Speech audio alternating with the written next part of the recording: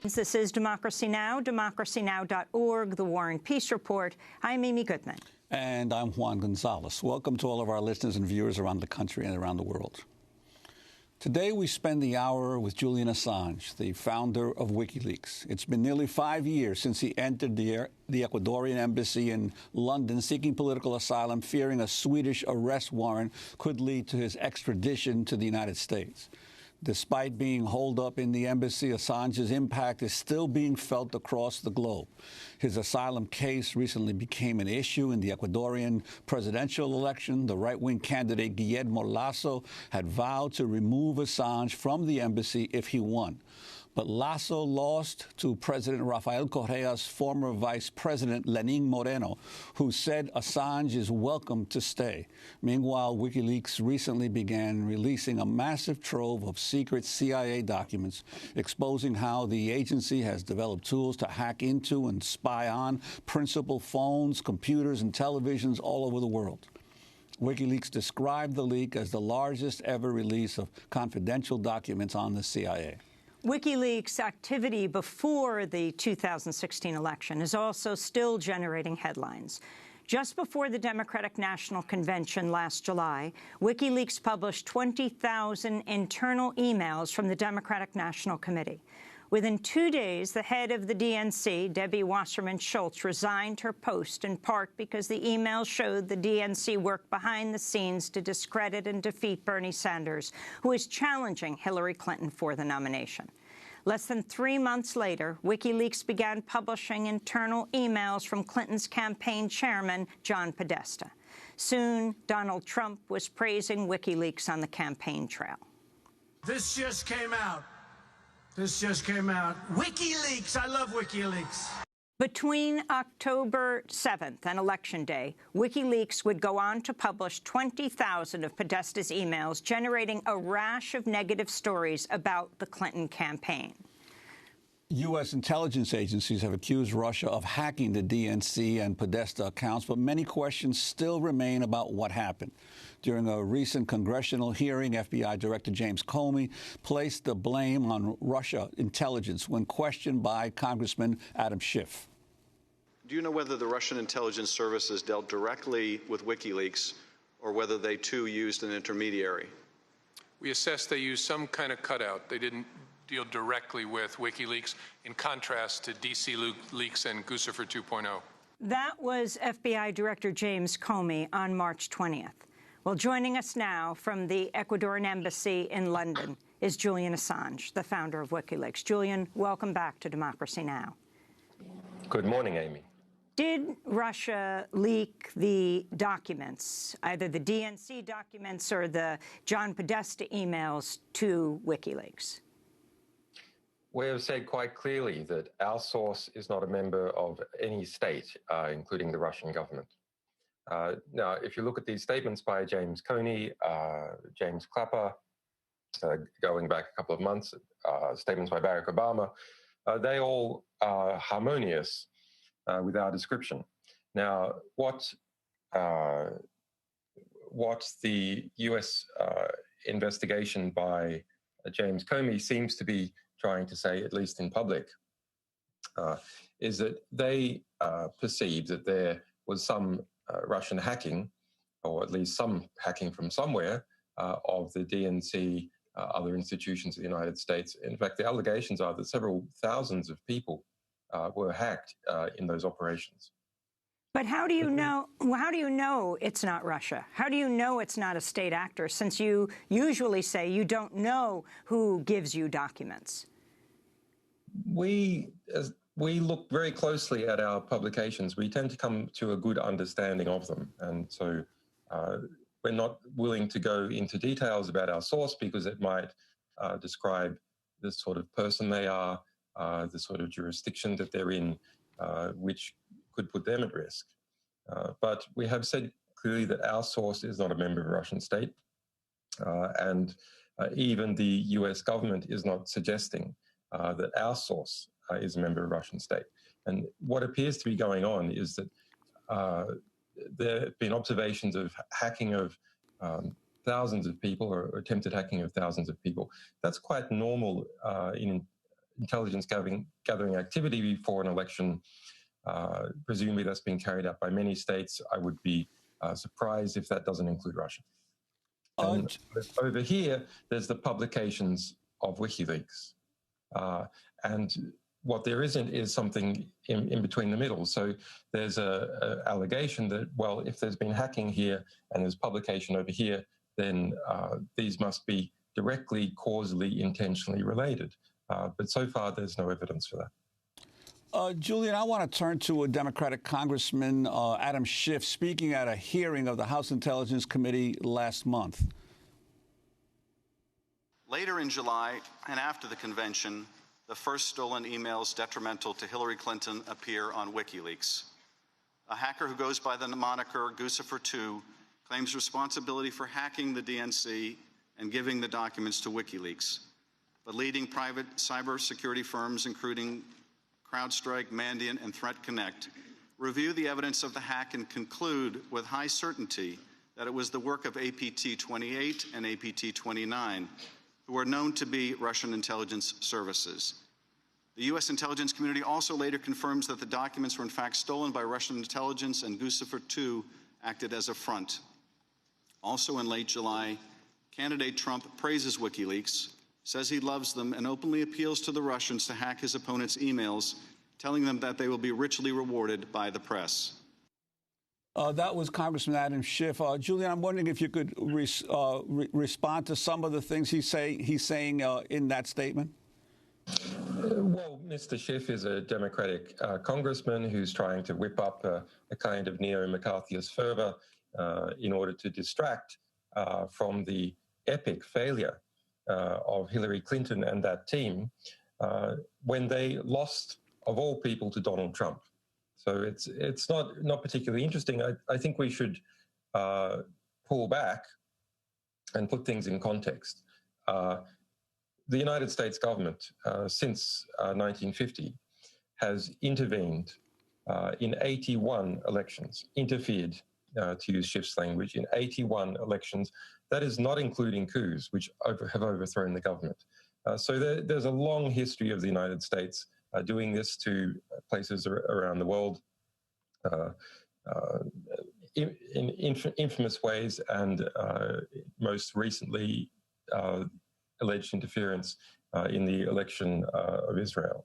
So I think we should understand that the United States is in a glass house when it comes to allegations of attempting to interfere with or influence election results. But let's look at what is the real meat of this issue. How is it alleged that Russia has interfered in the US election process?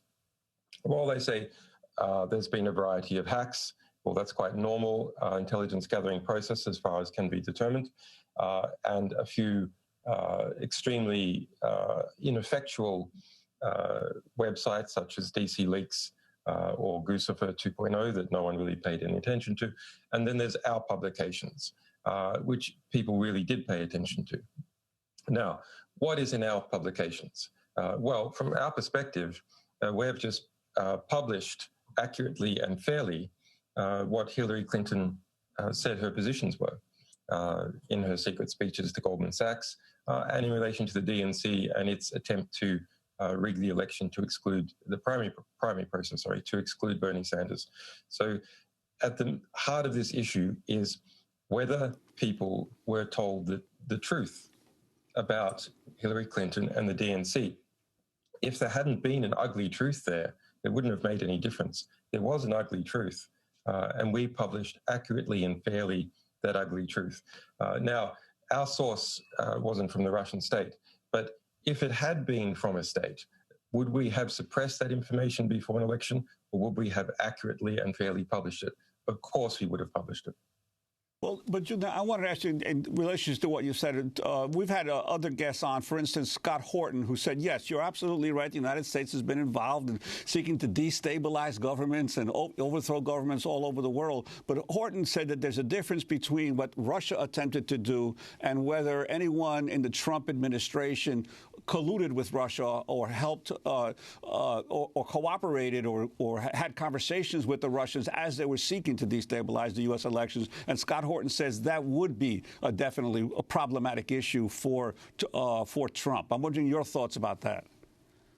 I would agree. That would be interesting and unusual. I don't think it's true. I think it is interesting that early on that Trump and people around him took a position of rapprochement towards Russia, a very strong position of rapprochement towards Russia, and not a classically Republican position. I think that is interesting. It is somewhat compatible with Trump's statements going back a very long time. But I would be surprised if that turns out to be significant. Why do I say that? Trump had very little business success in Russia. He hasn't managed to build a hotel in Russia. He hasn't gotten any, as far as can be determined, any good deals in Russia. And when you see him making statements during the election campaign on the stage, hey, Russia, if you've got those emails, give them to the press. They'll be very pleased about it. When you see statements like that, this is not the sort of statement that you make if you already have a communications channel and you're already engaged in an active conspiracy. For people like Paul Manafort, that's someone who's perfectly capable of engaging in let's say, dodgy activities. They have a long history of working for various parties in different ways. Have they asked for support through Paul Manafort? Maybe. But if you're looking at the top level involving Trump, what I see is a great weakness in an ability to get anything concretely done in Russia. You know, while Trump may or may not have investments in Russia, it's very clear the oligarchs in Russia have bailed him out to the tune of tens of millions of dollars, if not more, in the United States when he was building buildings, having gone bankrupt many times, hard to get a line of credit in places like just right near Democracy Now!, Trump Soho, a major building project downtown Manhattan.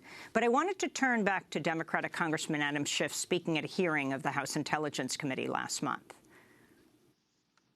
On August 8th, Roger Stone, a longtime Trump political advisor and self-proclaimed political dirty trickster, boasts in a speech that he has communicated with Assange and that more documents would be coming, including an October surprise. In the middle of August, he also communicates with a Russian cutout Guccifer II and authors a Breitbart piece denying Guccifer's links to Russian intelligence. Then later in August, Stone does something truly remarkable when he predicts that John Podesta's personal emails will soon be published.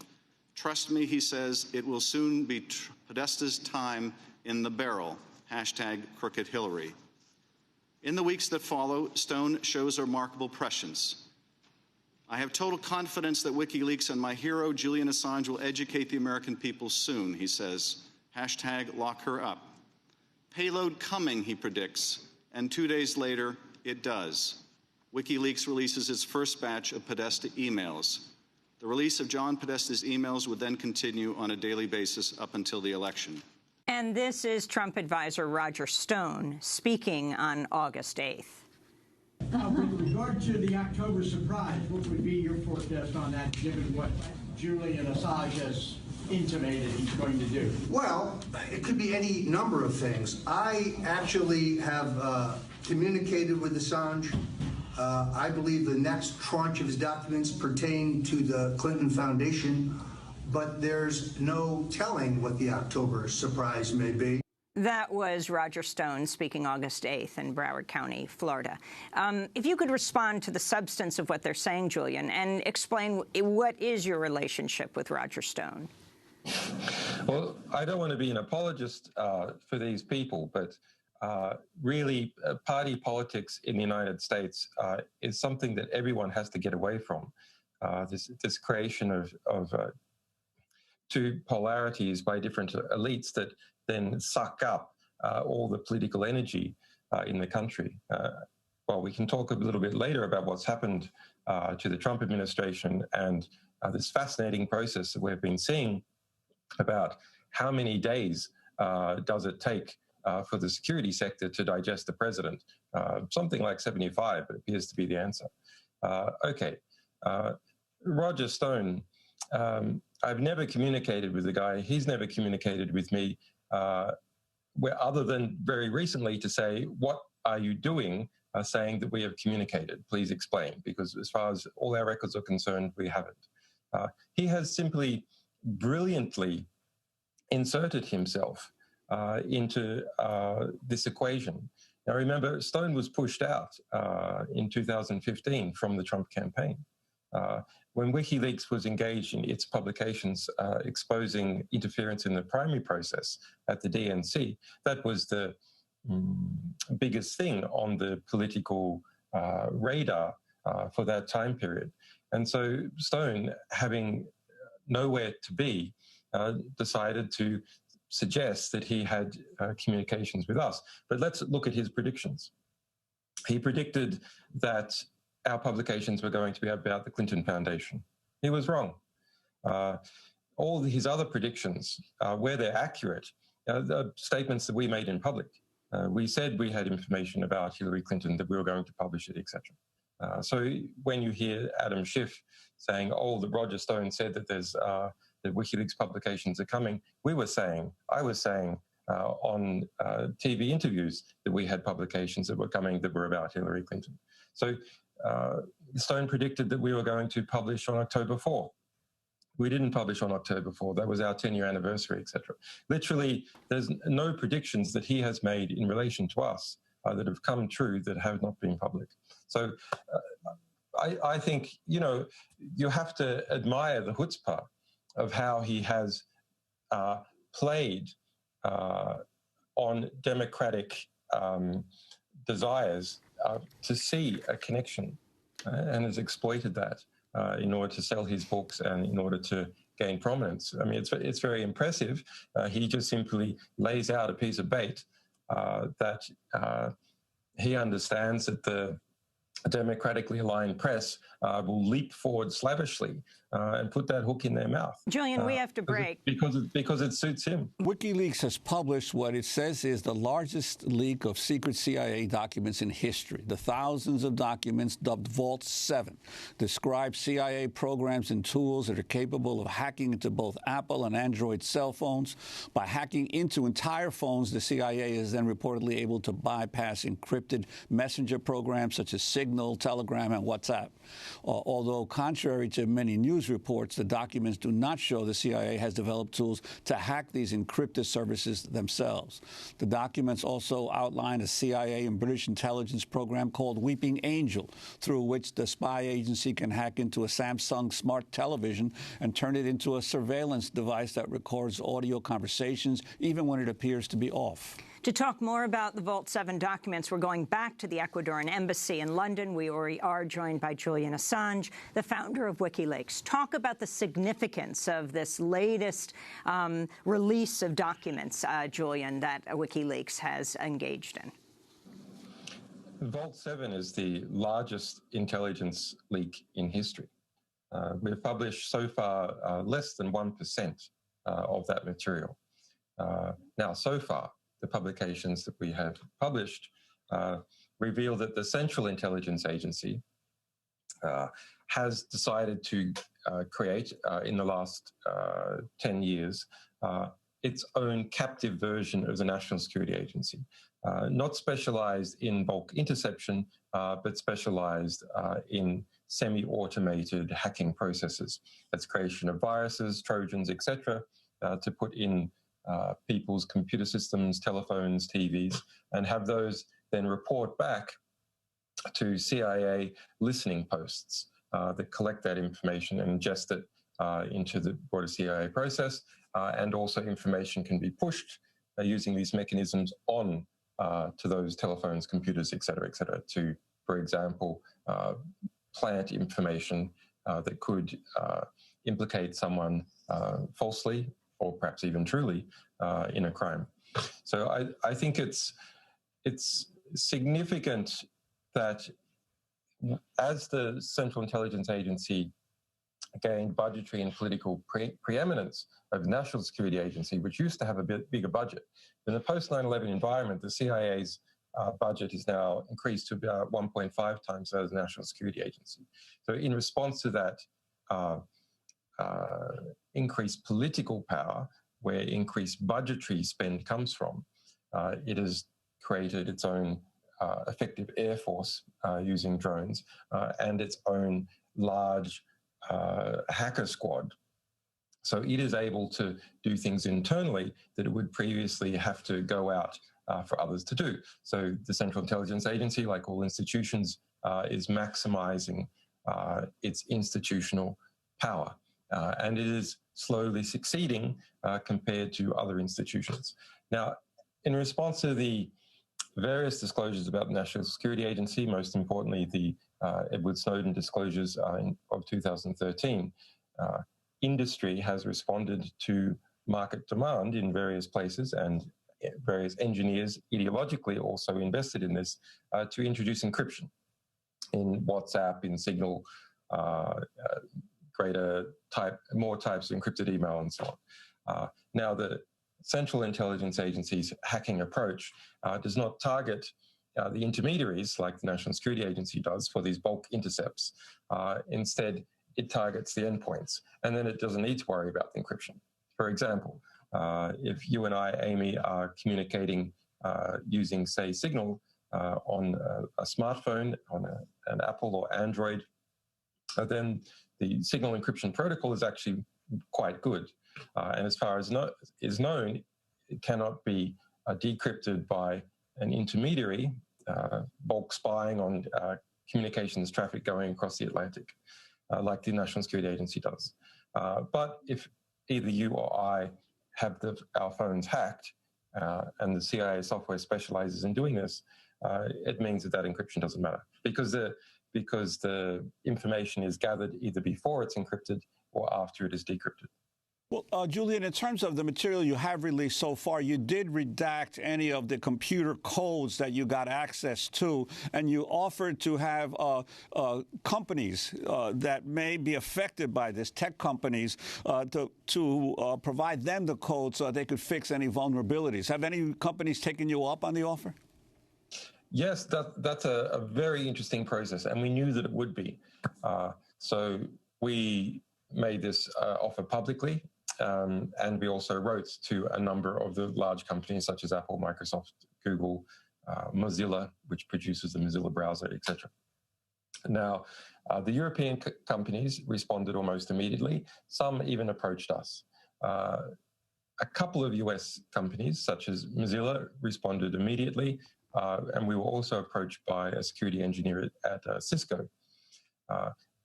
Google, Apple, and Microsoft took 8 or 9 days, depending on the company, to respond. Now, that means that they were putting all the users at risk for 8 or 9 days. What was happening in that 8 or 9 days? Well, we hear, we're not sure it's true for all of the companies, but we hear from one of the companies that what was happening is that they were engaging their lawyers, they've been worried about the politics, et cetera, et cetera. My guess is that on the legal front, a type of collaboration involving classified material, it could be argued to be conspiracy to commit espionage. Now, of course, that's not actually practically possible in the US court system, or politically possible. And then these companies have individuals within them who have security clearances because they work on classified projects for the government. And particularly the security divisions of Apple, Google, Microsoft, etc., have people with security clearances in them, and who might lose their security clearances if they're engaged in working on information that is being distributed not through a formal process. So what you see in all those big three taking 8 or 9 days is some kind of collaboration, either directly with each other or through a third party, say like the Department of Justice, to understand what role that they're going to play. And the role that they ended up playing is saying, no, we don't agree to fix anything which we had asked for within 90 days. No, we don't agree to say that any fix came from you. This was our requirement. Instead, you can just throw something at our regular security reporting mechanism. So what's going on there? Well, no record of collaboration in a formal sense or in a political sense that could be used to make political problems for those companies in terms of their contracts with the United States government or potentially introduce problems in relation to the Espionage Act or security clearances. That's my supposition. We don't know that's true for sure.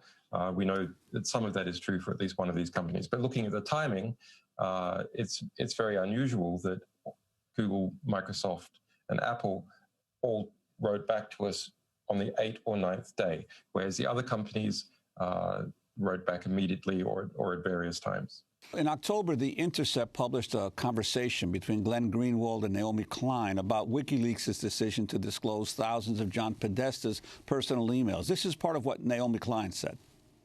I would add, it's not just that they didn't curate it and just dumped it all, right? They are dumping it, but they are doling out the dumps, right? To maximize damage, right? So they're not just saying, hey, information wants to be free, here's everything we have. Journalists have a field day, go through it, right? They're very clearly looking for maximum media attention. You can tell that just by looking at the WikiLeaks, Twitter feed, and timing it, right before the debates. You've written about how dangerous it is for media organizations to be taking such a highly political approach to this election because they so clearly don't want Trump to get elected. So they're engaging in what you've described as journalistic fraud, right? I agree with you. Right. But we have to acknowledge how political WikiLeaks and Julian are being here. That was Naomi Klein in October. WikiLeaks founder Julian Assange, your response to some of her remarks? Well, I think it's a bit rich for Naomi Klein, who's a very wealthy woman sitting up there in Canada, to be accusing a political prisoner who's been detained for the last 7 years without charge in violation of 2 UN rulings without getting her facts straight. So what is WikiLeaks to do? Sit on and suppress evidence of interference in the DNC process? Wait until after the DNC Congress to publish that information? That would be deeply unethical for this organization. I would argue it would be deeply unethical for any media organization, but for this organization it would be deeply unethical. We have a commitment to the public that we will not suppress information like that, and we have a commitment to sources who come forward taking risks to give us information that we will publish it in a timely fashion once we have verified that it is completely accurate. Now, do we wish that we had more money and could process information faster? Of course we do. But we did manage to get that publication out before the DNC, and I think that was very important so that people involved in that process could understand who it was that they were choosing to go for. Now, let's be realistic. Naomi has a particular issue, a very important issue, and I agree it's an important issue, which is climate change. And so she was willing to attack anyone in her campaign to make sure Hillary Clinton was elected because she perceived that Hillary Clinton would do better on climate change. And I agree it's a very serious issue. But in relation to WikiLeaks, we are an organization that has a commitment to the public to publish true information and not suppress it, and to make sure that as many people read it as possible. Is it true that the way that we staged our publishing process increased the engagement of people in reading our material, going through it, et cetera, et cetera? Of course it is. Did we do a good job? Did we do a good job in getting people, enticing people to read and report on our material. Yes, we did. And we will do that for any source, any whistleblower that comes to us and gives us information. And we will try and maximize the amount of readers that come as a result of the risks that those people take. That's our promise to the public, to our readers, and to our sources.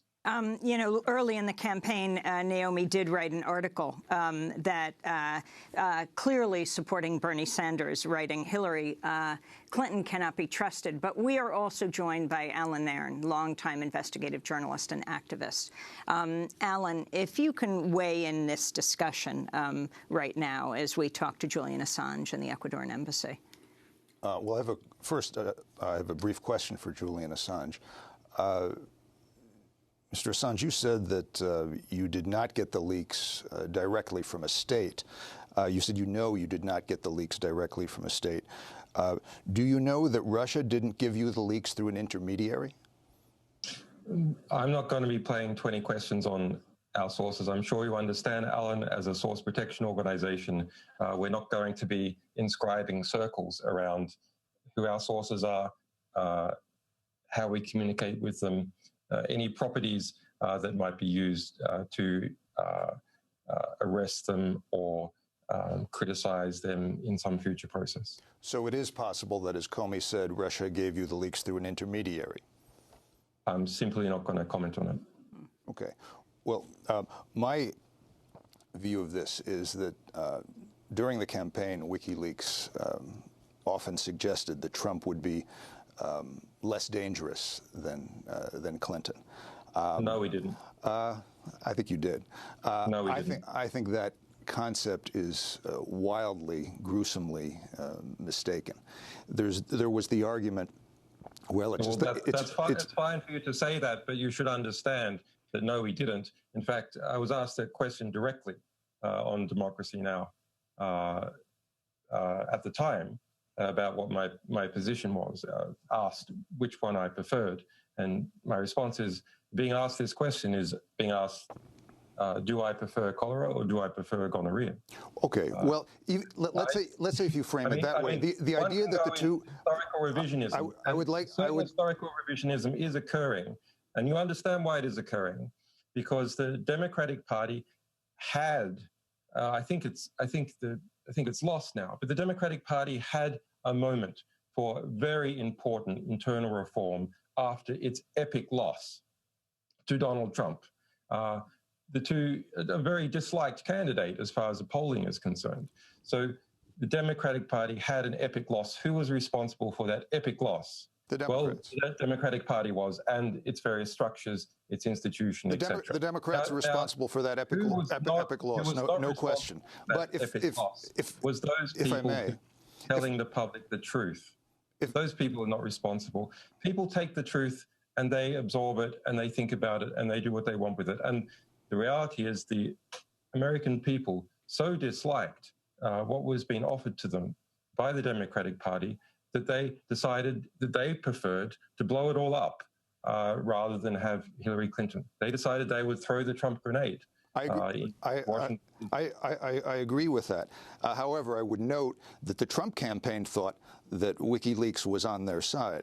Now, the idea that Mr. Assange just suggested that Trump and Clinton were equally dangerous, two different deadly diseases, I think is wildly and gruesomely mistaken.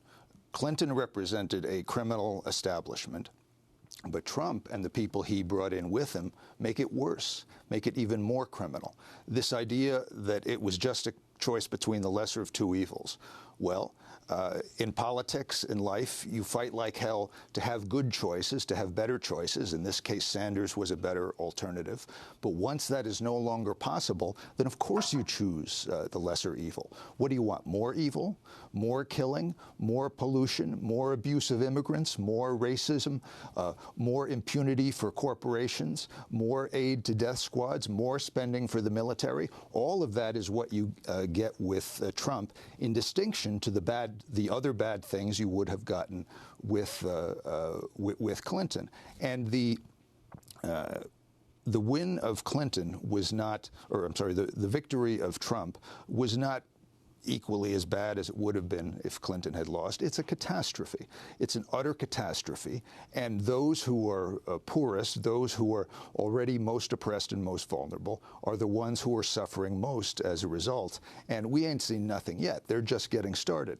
Now with Gorsuch coming on the Supreme Court, and with the possibility that the legislative filibuster in the Senate will be abolished, as well as the Supreme Court filibuster, if that happens, that will give Trump and the radical Republican right, who now control the Congress, essentially absolute power. The only thing standing in their way will be some federal judges, which means that within the system there will be no blocking power. There will be nothing to stop them. In that case, the only way to stop them will be from outside the federal system, which means in the streets, or from the systems of the states and localities. We're in the midst of a right-wing revolution. I agree that a lot of this discussion about Russia and leaks is misguided, a lot of it, and it's diverting attention from two main facts. One, we're in the midst of a right-wing revolution that must be stopped and reversed. Two, the Democratic establishment discredited themselves, and they have to be removed and replaced by the Democratic base.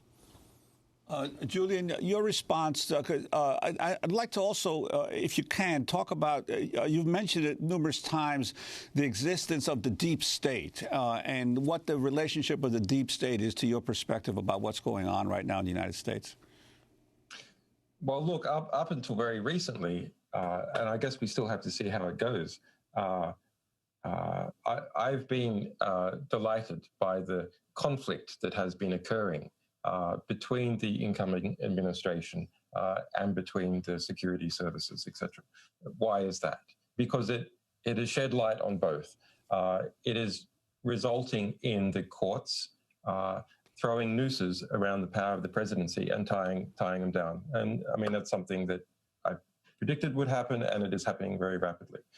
The problem for party politics in the United States is that the Democrats have been in collapse for almost 8 years at the council level, at the state level, and at the national level. So the election of Donald Trump, while he's an unusual person psychologically and Hillary Clinton was a particularly bad candidate, is actually part of something that's much bigger. And it's very interesting to think what that is, and because any solution in terms of party politics has to understand why it is that the democratic machinery has seemingly been in inexorable collapse over the last 8 years. And you can perhaps say it's to do with gross economic factors, perhaps the professionalization of the democratic class, where you have a revolving door of contractors and so on. You can see this in our DNC leaks, that you have educated, professionalized Democrats who have lifted off the working class base and who are then involved in a revolving door system, becoming lobbyists, going back into the DNC, etc. If you read the emails we've published about John Podesta, you can see that this is not just simply something that happens. This is an expectation within that community. And anyone who doesn't engage in that expectation, anyone who doesn't go into private industry and get a $400,000 a year consulting contract as a local or foreign agent, is viewed to be as a fool. So you can only keep up that game for so long. And it starts to turn people off, and you start to lose the base, and that's what happened in this particular run. But let me get Alan there. Let me get Alan's comment. I caution Alan strongly. I have a lot of respect for his work, but I caution him strongly to not get swept up into what is an attempt by the Democratic Party in this particular case, but by the two parties to polarize the population into party politics. There's lots of interesting things that can come out of this Trump administration. We're seeing great horrors, of course, but we are seeing these horrors. Not so interesting to the people who are being killed and deported. We're seeing the conflict with the security services, the deep state. Now, I've been writing, I've been writing about the deep state for a decade, using that word. Now, Turkish academics have been writing about the equivalent in Turkey. Some Hungarian investigative journalists the same within Hungary. And finally, this word is now something in US politics. It's not a new concept. It's essentially the military-industrial complex plus lobbyists plus contractors plus people in the Senate Intelligence Committee, et cetera, et cetera. We just all understand what that is. We just have 30 seconds, Alan, and I wanted to get you a final comment. The conflict between Trump and the intelligence and the deep state is a spat, not a struggle. Trump has insulted them, he has disrespected them, so they're unhappy with that. More importantly, Trump wants them to change their tactics, to become more crude and even more violent. Once they work together on a couple of new wars, they'll get along just fine. Well, we're going to leave it there. I want to thank you for joining us, Alan Aaron and Julian. In our last 10 seconds, you're coming up on 5 years in the embassy. How are you doing in the Ecuadorian embassy in London? Well, last year, I won an epic victory against the UK government and the Swedish government at the UN. Formal ruling. It's repeated in November. Those governments still have to obey the UN. I'm being illegally detained, and I should be freed and compensated. That's according to the UN.